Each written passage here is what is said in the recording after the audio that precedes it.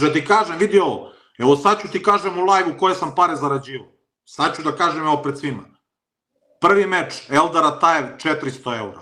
300 plus 100.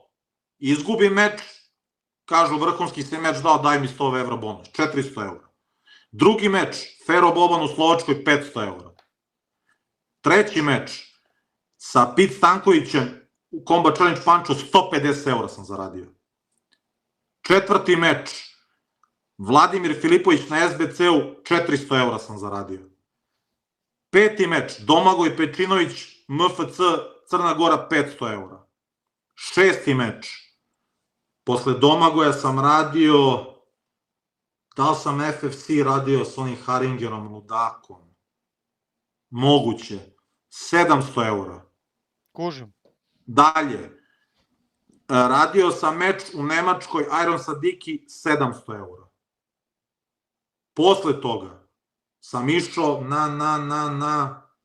mislim da je bio Megdan, Marinika Beženaro, 1500 eura. Posle toga sam išao, radio sam opet Megdan sa ovim Rusom, stao mi mozak, 2500 eura. Posle toga Dominik Boucher, Francus, Hit FC, 1500 eura. I tek posle sam otišao u KSV. To su cene koje sam ja zarađivao. Ja nemam problem s tim.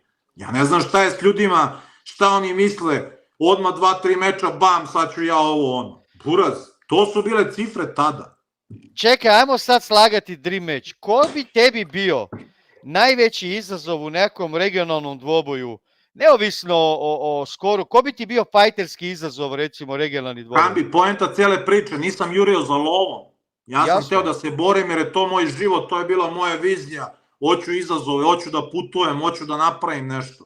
Meni nije bilo bitno da će neko dati 200-300 eura i da se foliram. Sad je normalno to sve skočilo i treba da skoči. Ja ne kažem, i treba ti početnici prvo meča, ako sam ja uzao 400, ako oni sad uzmu Soma 2. Nije nikakav problem. Maj, trebaju se žrtvovati. Ne mogu ja sad s 34 godine i posle ovog svega da radim sad negde za 2-3 Soma. Daj, nema me zajebavati. I da mi neko sad pošalje ponudu i ostalo.